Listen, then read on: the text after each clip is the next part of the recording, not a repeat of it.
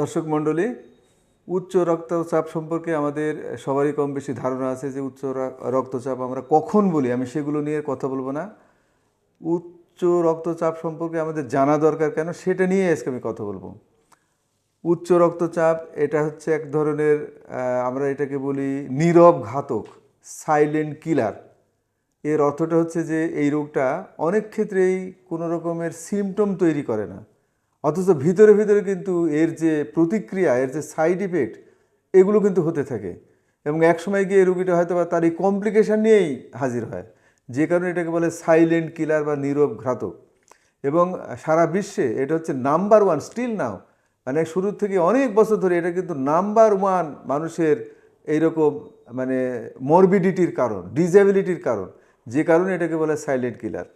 আর একটা ভয়াবহ দিক হচ্ছে যে উচ্চ রক্তচাপ মানে হঠাৎ মৃত্যুর কারণ হতে পারে, কিন্তু পাশাপাশি সে অনেকগুলো উচ্চ রক্তচাপের কতগুলো টার্গেট অর্গান আছে বডিতে, কতগুলো অর্গানকে সে টার্গেট করে কিন্তু ক্ষতি করে।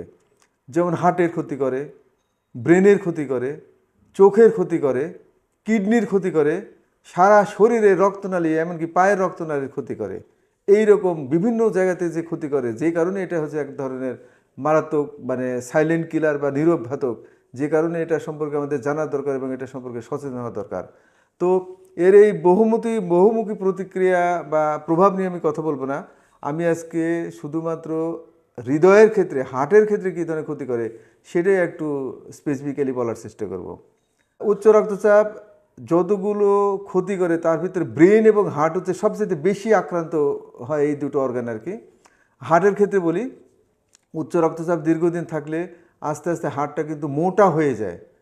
এটাকে আমরা বলি হাইপারট্রফি, অর্থাৎ হার্টের ওজন বেড়ে যায়। এটা কিন্তু আমরা বুঝতে পারি না, টের পাই না, কিন্তু এটা সাংঘাতিক একটা খারাপ অবস্থা, যেখান থেকে বিভিন্ন রকমের অনিয়মিত হৃদস্পন্দন হয়ে এক ধরনের মানে হঠাৎ মৃত্যুর কারণ হতে পারে। তো এইটা একটা, যে হার্ট হচ্ছে যে সাইজে বড় হয় বা থিকনেস বেড়ে যায় বা ওজন বেড়ে যায়, হচ্ছে একটা। 2 নম্বর হচ্ছে যে হার্টের রক্তনালীতে কিন্তু ব্লক তৈরি হয়। হার্টের রক্তনালীতে আস্তে আস্তে কোলেস্টেরল জমে, হার্টের রক্তনালীতে এই উচ্চ রক্তচাপের এক ধরনের যে প্রেশারজনিত যে ক্ষতিকারক দিক আছে, আপনারা দেখবেন যে যখন খুব দ্রুত স্রোত বয় তখন কিন্তু সাইডের পাড় ভেঙে যায়। ঠিক একই রকমভাবে উচ্চ রক্তচাপ থাকলে রক্তনালীর কিন্তু ক্ষতি হয়। কী কারণে হয়, কী মেকানিজম, সেটা আমি আলোচনা করি, কিন্তু ক্ষতি হয়, এটা আপনারা বুঝতে পারবেন। তো সেই সমস্ত জায়গাতে কোলেস্টেরল জমে এক ধরনের ব্লক তৈরি হয়, অর্থাৎ হার্টের রক্তনালীতে ব্লক। এই হার্টের রক্তনালীতে ব্লক, উচ্চ রক্তচাপ ব্লকের যতগুলো কারণ আছে তার ভিতরে this is one of the common risk factor, যে এই হার্টের রক্তনালী ব্লক হয় এবং সেখান থেকে হার্ট অ্যাটাক হয়। এবং হার্ট অ্যাটাক হলে জানেন যে 25% মানুষ কিন্তু সাডেন ডেথ, অর্থাৎ হাসপাতালে পৌঁছার আগেই মারা যেতে পারে। তো এটা হচ্ছে একটা খারাপ দিক, যে মানে হার্ট অ্যাটাক হতে পারে। 3 নম্বর হচ্ছে হার্ট ফেলিওর, অর্থাৎ হার্টটা এই মানে উচ্চ রক্তচাপের এগেনস্টে কাজ করতে করতে করতে করতে একসময় কিন্তু হার্ট ফেল মারতে পারে, অর্থাৎ হার্টের পাম্পিং পাওয়ার কমে যেতে পারে, সাইজ বড় যেতে পারে, হঠাৎ করে হার্ট ফেল মারতে পারে যে আমি আর কাজ করবো না। এটাকে আমরা বলি heart failure. Acute heart failure হতে পারে, ক্রনিক হার্ট ফেলিওর হতে পারে। এবং একবার যদি হার্ট ফেলিওর হয়ে যায় তাহলে এই সমস্ত মানুষ শতকরা মানে 50% 5 বছরের ভিতর মারা যায়। এত খারাপ অবস্থা যে হার্ট ফেলিওর একবার হয়ে গেলে 50% মানুষ কিন্তু 5 বছরের ভিতর মারা যেতে পারে। তো এইরকম হার্ট ফেলিওর হতে পারে। আর একটা খুব ক্রনিক ডিসএবিলিটির কারণ, সেটা হচ্ছে যে অনিয়মিত হৃদস্পন্দন, অর্থাৎ হার্ট ফেলিওর থেকে হচ্ছে যে মানে হৃদস্পন্দনটা অনিয়ম হয়ে যায়, পার্টিকুলারলি এটাকে আমরা বলি অ্যাট্রিয়াল ফিব্রিলেশন। এইটাও কিন্তু খুবই মরবিডিটির একটা কারণ। এই মানুষগুলো মানে দৈনন্দিন লাইফে সাংঘাতিক রকমের তাদের কোয়ালিটি অফ লাইফটা হ্যাম্পার্ড হয়, ওষুধ খেতে হয়, স্ট্রোকের ঝুঁকি থাকে, এখান থেকে ব্রেন স্ট্রোক হতে পারে, আবার এখান থেকেও হার্ট ফেলিওর হতে পারে। একটা আরেকটার সাথে জড়িত, একটা রোগ থেকে আরেকটা হয়। হার্ট ফেলিওর থেকে অ্যাট্রিয়াল ফিব্রিলেশন হয়, অ্যাট্রিয়াল ফিব্রিলেশন থেকে হার্ট ফেলিওর হয়, হার্ট অ্যাটাক থেকে হার্ট ফেলিওর হয়।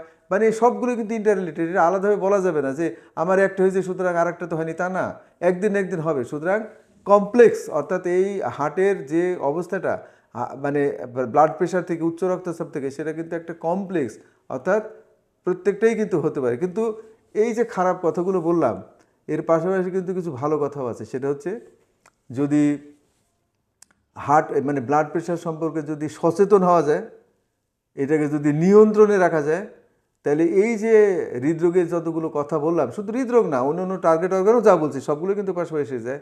যেগুলো বললাম তার বেশিরভাগই কিন্তু প্রিভেন্টেবল। আমরা ট্রিয়েটেবল, অর্থাৎ আমরা চিকিৎসা করে ওই পেশেন্টের মৃত্যু ঝুঁকি কমাতে পারি, কিন্তু আমরা সচেতন হয়ে ব্লাড প্রেশার শুরু হওয়াটাও ঠেকাতে পারি এবং ব্লাড প্রেশার যে ক্ষতিকারক দিক সেটাও কিন্তু ঠেকাতে পারি। এটা খুবই ইম্পর্টেন্ট। আমরা জানি, কিন্তু আমরা আসলে এই যে প্রিভেনশন যে ট্রিটমেন্টের চাইতে বেটার, এটা কিন্তু কম বেশি আমরা সব মানুষই জানি, কিন্তু আমাদের জানার পরেও এটার প্রতি কিন্তু আমাদের মানে এক ধরনের কি বলবো জড়তা, নেগলিজেন্সি কাজ করে। অর্থাৎ আমরা এই জানার পাশাপাশি এটার প্রতি যে আমাদের এটা পালন করার জন্য যে আমাদের যে মানসিকতা, সেইটার কিন্তু একটা ঘাটতি আছে। তো সেই জন্য আমাদের কিন্তু জানতে হবে যে উচ্চ রক্তচাপ শুধুমাত্র চিকিৎসার কিন্তু দুইটা দিক আছে। একটা হচ্ছে অর্থাৎ উচ্চ রক্তচাপের জন্য মেডিসিন খাওয়া, আর দুই হচ্ছে যে উচ্চ রক্তচাপ কন্ট্রোল করার জন্য এটা হচ্ছে লাইফস্টাইল, সচেতনতা, এই সবগুলো ব্যাপারে মানে কেয়ারফুল হওয়া। লাইফস্টাইলটা খুব ইম্পর্টেন্ট। লাইফস্টাইল বলতে আমরা আসলে অনেকেই আমাদের ধারণা একটু কম বেশি আছে। লাইফস্টাইল বলতে কিন্তু অনেক কিছু মিন করে। এক নম্বর হচ্ছে ওজনটা নিয়ন্ত্রণে রাখা। এখন কিন্তু ওজন কমানোর বিভিন্ন রকমের মানে সিস্টেম বেরিয়েছে, মানে আমরা চাইলে নিজেরাও কিন্তু অনেক সময় নিজেরা স্টাডি করে বুঝতে পারি। সুতরাং ওজন কমানোর ব্যাপারে একটা মানে আমাদের নিজেদেরই একটা পদক্ষেপ নিতে হবে, যে যার মতো করে নেবে আর কি, ওজন কমানো একটা। দুই হচ্ছে যে এক্সারসাইজ, এর কোনো বিকল্প নেই। অনেকে ভাবে যে এক্সারসাইজ মানে জিমে গিয়ে এক্সারসাইজ করতে হবে, তা না। কেউ যদি ডেলি, অর্থাৎ ডেলি না হলে একদিন পর পর যদি 30 মিনিট করে হাঁটে, that is a good enough. শুধুমাত্র প্রেশার না, অনেকগুলো রোগের জন্য কিন্তু এটা কাজ করে। সুতরাং এক্সারসাইজ একটা হ্যাবিটসের ভিতরে স্মোকিং একটা ভেরি মাচ ইম্পর্টেন্ট। স্মোকিং এটা কিন্তু রুটিন করে, প্রোগ্রাম করে, আইন করে করা যাবে না। এটার জন্য অনলি মাত্র উইল দরকার, ইউর উইল, যে আজ থেকে আমি এটা স্মোকিং স্টপ করবো। সুতরাং এই স্মোকিং স্টপ করাটা একটা সাংঘাতিক ইম্পর্টেন্ট। এটা যতগুলো বললাম তার ভিতরে সবচেয়ে ইম্পর্টেন্ট যদি বলেন এই স্মোকিং ঠেকানোটা একটা। 3 নম্বর হচ্ছে অ্যালকোহল। ডেফিনেটলি এটা আমাদের দেশের জন্য একটা মানে খুব বড় ফ্যাক্টর, বাট গোটা ওয়ার্ল্ডের জন্য এটা একটা বড় ফ্যাক্টর যে অ্যালকোহল নিষেধ না, কিন্তু অ্যালকোহল হচ্ছে নিয়ন্ত্রণে রাখা। আপনি অ্যালকোহল খান, কিন্তু একটা মানে পর্যায়ে, মানে একটা লিমিটের ভিতর দেওয়া। শুধুমাত্র হার্ট না, শুধুমাত্র প্রেশার দেখলে হবে না। অ্যালকোহলে অনেক মানে পার্শ্ব প্রতিক্রিয়া আছে, লিভার ডিজিজ থেকে শুরু করে অনেক কিছু আছে। তো সব কিছু হিসাব করে আপনাকে এটার ভিতরে মানে এটা কন্ট্রোল করতে হবে। খাবারের হ্যাবিট, এখন কিন্তু ভালো ভালো খাবারের ফর্মুলা আছে যে কি কি খাবার খেলে রোগ থেকে মানে পরিত্রাণ পাওয়া যায়, রোগ কম হয়। তো সেই জন্য ডায়াবেটিস মানে এই ব্লাড প্রেশারের জন্য কিন্তু এক ধরনের খাবারেরই আছে, পরামর্শ আছে যে কতটুকু লবণ খাবেন, কতটুকু কার্বোহাইড্রেট খাবেন, কতটুকু প্রোটিন খাবেন। এই যে হেলদি ডায়েটের যে ফর্মুলা, সেটা মানতে হবে। তো এইটাই হচ্ছে লাইফস্টাইল। লাইফস্টাইল বলতে এই না যে অনেক কিছু, লাইফস্টাইল বলতে আসলে এই কতগুলো জিনিস কন্ট্রোল রাখা। তো মেডিসিন, লাইফস্টাইল প্লাস হচ্ছে মেডিসিন বলেন আর লাইফস্টাইল বলেন, এগুলোর প্রতি আমার যে কমপ্লায়েন্স, আমার যে অ্যাডহেরেন্স, এই জিনিসটা হচ্ছে প্রত্যেকের হতে হবে। আমরা জানি আমাদের কিন্তু একটা রুল অফ থাম্ব বলে কথা আছে যে গোটা দুনিয়াতেই শতকরা 50 জন মানুষ জানেই না যে তার ব্লাড প্রেশার আছে, আর যারা জানে তাদের 50 জন মানুষ কিন্তু আবার ওষুধই খায় না। 50% মানুষ যারা ওষুধ খায় না, তাদের আবার 50%-এর কিন্তু ব্লাড প্রেশার কন্ট্রোল হয় না। তো এই রুল অফ থাম্ব, তো এখান থেকে বের হয়ে দেখতে হবে যে আপনি কোন ক্যাটাগরিতে পড়েন। আপনি আপনার কথা চিন্তা করবেন, সেটা হচ্ছে যে আপনার প্রেশার, আপনার হার্টের অবস্থা কী, আপনার ব্লাড প্রেশার কন্ট্রোল কী, আপনি ঠিকমতো ওষুধ খাচ্ছেন কিনা, আপনি ওষুধের প্রতি কমপ্লায়েন্স কিনা। অনেকে আছে যে মানে যখন সিমটম হলে আরে আজকে মাথা ব্যথা হচ্ছে তো ওষুধ খাই, আমি আমার প্রেশার বুঝতে পারি। এই আত্মবিশ্বাসের উপর থাকলে হবে না, এটাকে সায়েন্টিফিক্যালি ডিল করতে হবে, বিজ্ঞানসম্মতভাবে ডিল করতে হবে। তো এটাই হচ্ছে আমার কথা। সেটা হচ্ছে যে উচ্চ রক্ত চাপ সম্পর্কে আমাদের মোটামুটি একটা ধারণা থাকতে হবে।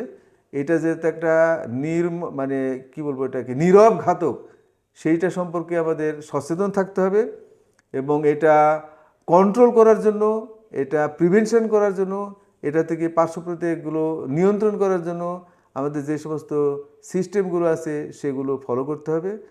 এটি হচ্ছে উচ্চ রক্তচাপ সম্পর্কে আমার মোটামুটি সবার প্রতি নিবেদন যে আসেন, উচ্চ রক্তচাপ একটা প্রতিরোধযোগ্য রোগ। এটা সম্পর্কে আপনি আপনার স্বাস্থ্য নিয়ে চিন্তা করুন, তাহলে সবার স্বাস্থ্য হয়ে যাবে। আপনি যদি আপনাকে সচেতন করেন তাহলে কিন্তু পুরো সমাজই সচেতন হয়ে যাবে।